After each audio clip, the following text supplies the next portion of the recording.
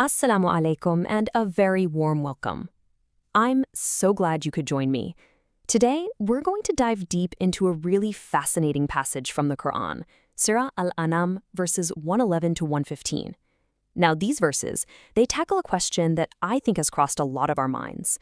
Why is it that some people just don't believe, even when they're staring at what seems like undeniable, overwhelming proof? Yeah, that's really the heart of it, isn't it? That's the big question that frames our whole explainer today. Why doesn't some spectacular, in-your-face miracle automatically convince every single person who sees it? I mean, it seems like it should, right? Well, these verses, they offer a really profound answer, digging into the psychology and the spirituality behind it all.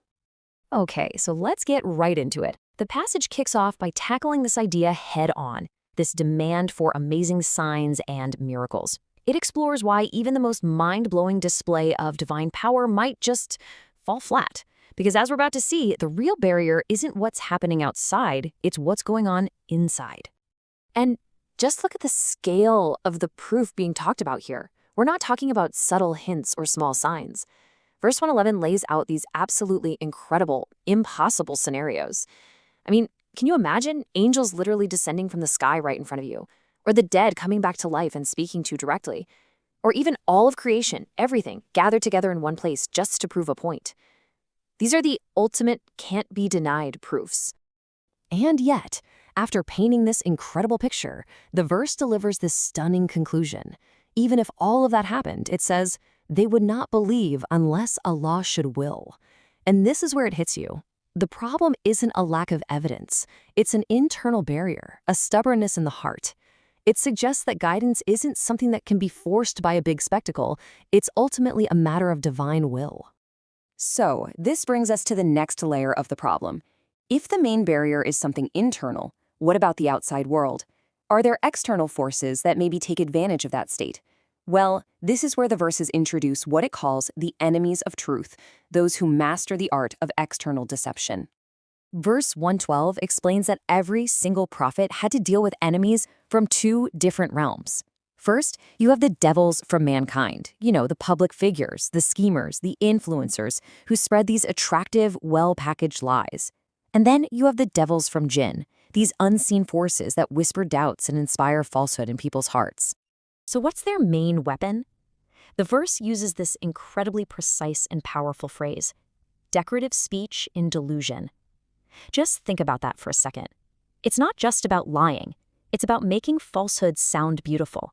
It's about dressing up deception in eloquent, appealing language. It's rhetoric that is specifically designed to mislead and to confuse. So now we have two pieces of the puzzle, right? An internal heart that's already closed off and an external force that's whispering these beautiful lies. So what happens when you put those two together? Well, you get a powerful, self-perpetuating loop, the appeal of falsehood, and this vicious cycle of disbelief. Verse 113 actually maps out this psychological process for us. It's like a downward spiral. It all starts with rejecting the hereafter, that idea of ultimate accountability. See, once that's gone, the heart naturally starts leaning towards that decorative speech we just talked about. And from there, a person starts to accept it, they even become satisfied with the deception, which then, of course, gives them the green light to commit whatever sins they wanted to commit in the first place.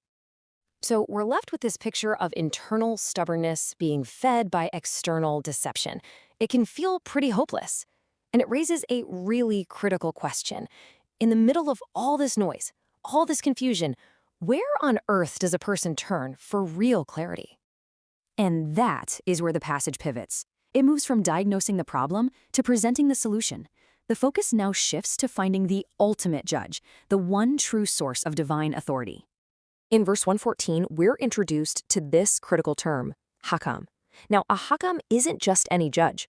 Think of a hakam as the ultimate final arbiter, the one whose authority is absolute and settles every single dispute.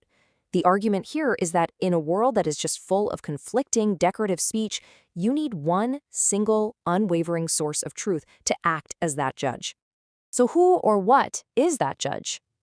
The text declares that it is God, and God alone, and the evidence of his judgment is the revelation he sent down. The answer that's being proposed is the Qur'an itself, which is described right here as a book explained in detail, coming directly from that one true hakam. And to really solidify this solution, the passage wraps up by describing the inherent qualities of this divine message. This gives us the very foundation for certainty, which brings us to our final section, the perfect, unchanging word. Verse 115 tells us that the Word of God is perfected in two essential qualities. First, there's sidq, which means truth. This means that everything it reports, all the news, the stories, the information about the future is perfectly and completely accurate. And second, there's adl, or justice. This means all of its commands, its laws, and its rulings are perfectly fair and just. And the passage closes with this powerful, definitive statement about just how permanent this revelation is. None can alter his words, and he is the hearing, the knowing. This is the ultimate reassurance against doubt. It's a declaration that, unlike the shifting, beautiful speech of deception, the divine word is protected, it's permanent, it's unchangeable. So this leaves us with a really profound question to think about. If a message is being presented to us as perfect in its truth, perfect in its justice, and completely unalterable, what does that imply about the nature of faith itself? It suggests that maybe, just maybe, faith isn't about waiting for some spectacular sign to come down from the sky, but it's about making a choice, the choice to seek out and engage with the truth that claims to be perfect and permanent.